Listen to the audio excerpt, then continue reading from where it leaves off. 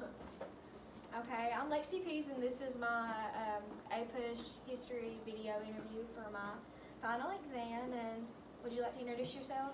Bobby D. Fisher, Whitesburg, Kentucky, Hey, 41858. Okay, so we're going to be asking Bobby some questions today about his experience in the Vietnam War and everything he did involving it. So would you like to give a little bit of basic background information about yourself? I volunteered and all my buddies was going to go. So I just decided I'd go with them Right. at the same time that they went. How old were you when you went into the war? I was 19 years old and turned 20 while I was there. And it was 1970, February 1970, when I went into there.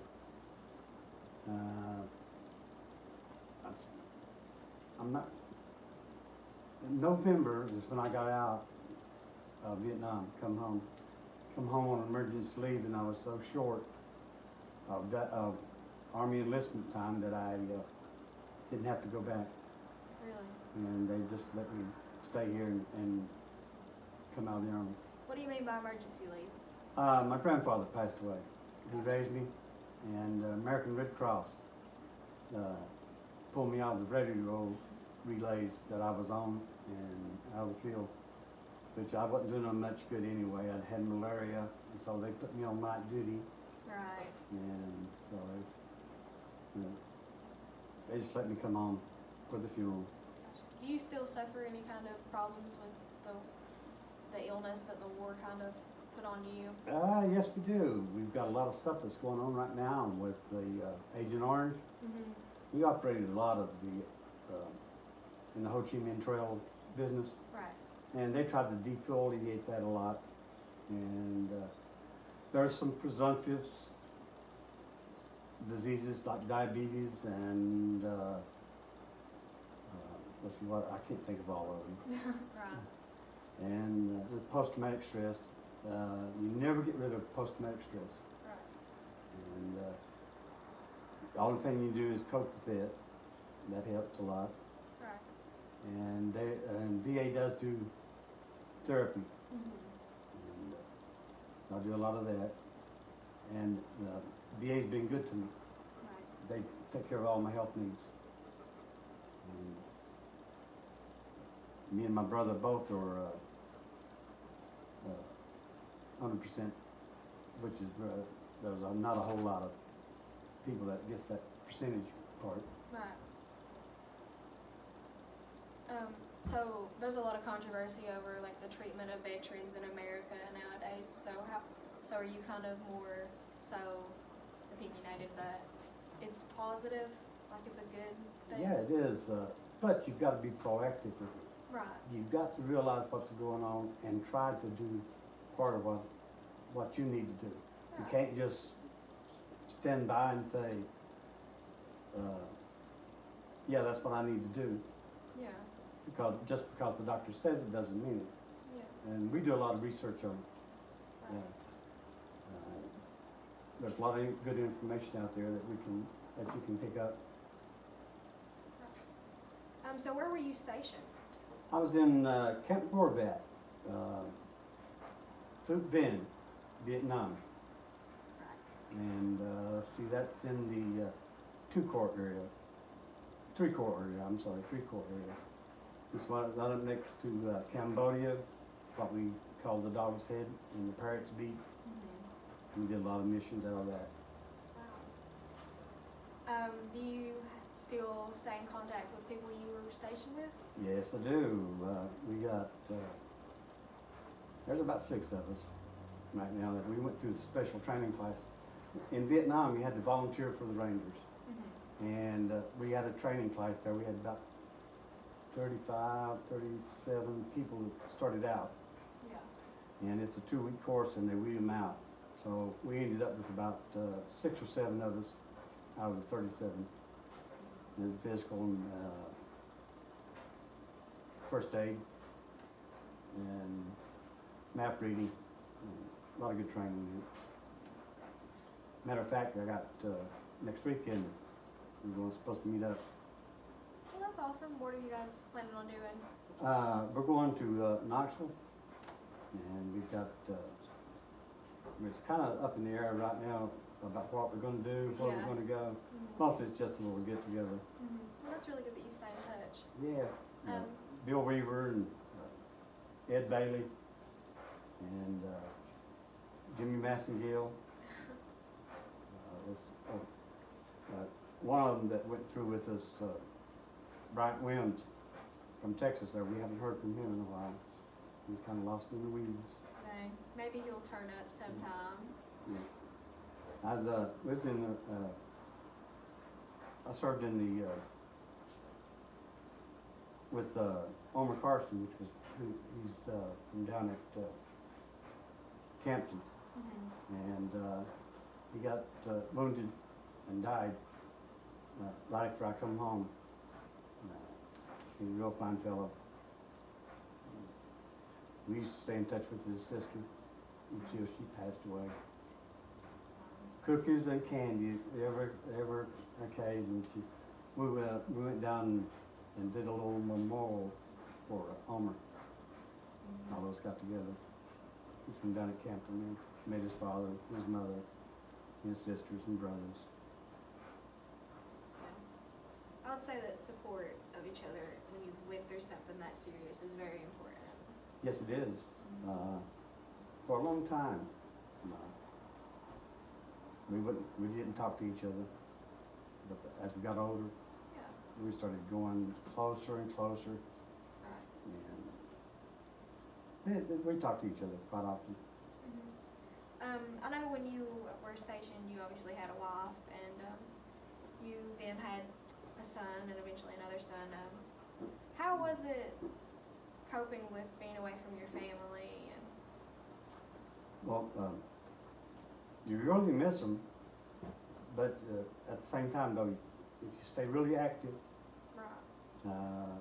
it takes up the days Yeah. and the nights. I'd Nights say alone. So. I'd say so. What was your rank? I was Sergeant E5. Okay.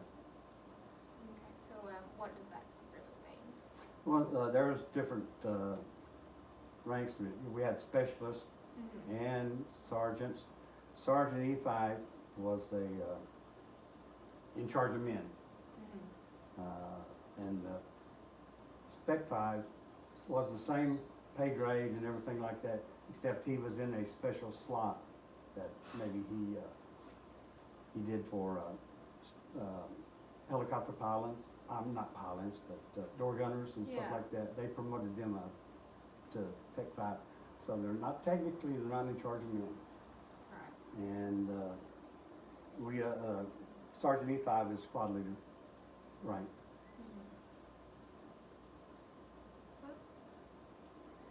So, were you happy with like the role you played in war? And would you say that you the role you held was one you were proud of today? Oh yes. Yeah. We didn't lose, they did. Our unit was really tight. Right. We operated in company about 120 men, and we were usually under strength, but we operated in 5-man, 6-man patrols, and go in and stay about 5 days, come back out unless you got in contact. And it was really a good job. Right. I mean, you know, it wasn't like the line companies there. The line companies had it really tough. Right. And we were all right together, and nobody got friendly fire or anything like that because we were all right in a group. A lot of the line companies didn't know where everybody was at, and they would get shot with friendly fire. I really couldn't imagine putting myself out there like that. That's such a scary thing for me to think about. You really don't get scared about combat Right. until it's over. Until it's over. Right. I've been, the adrenaline pumps so much, Right. and you're trained, we had a lot of training. our training was that we could react to each situation. And whatever happened, we knew what we were supposed to do, and each individual knew what he was supposed to do. Basically what we done, our outfit was H Company Rangers, 75th Infantry was attached to the 1st Cav Division. And the general that was in charge of the 1st Cav Division, he really liked us. You know, we got a lot of good intelligence for him. And we used to tell the other guys in the division, we were the only company in Vietnam that had a whole division attached to them.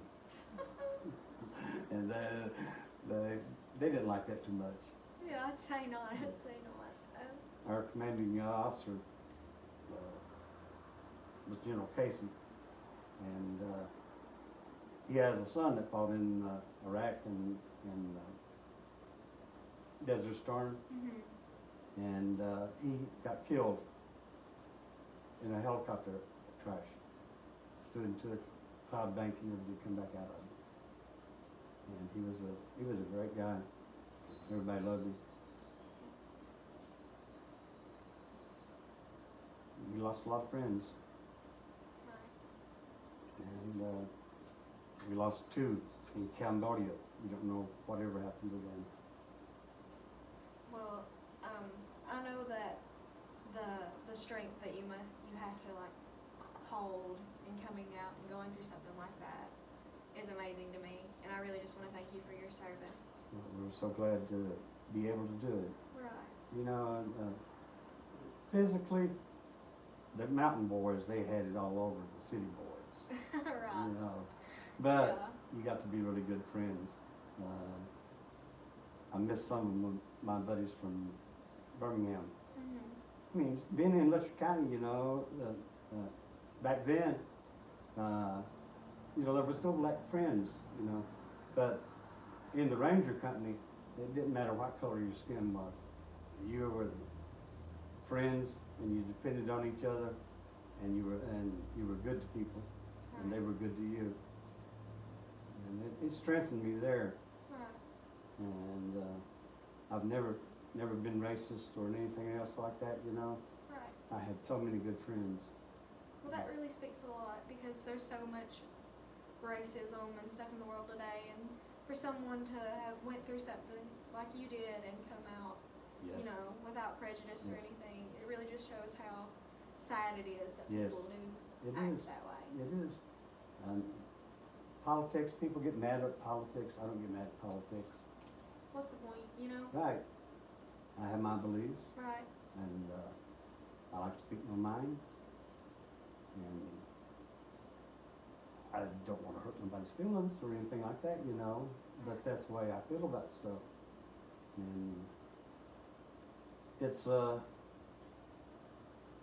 hard political thing right now.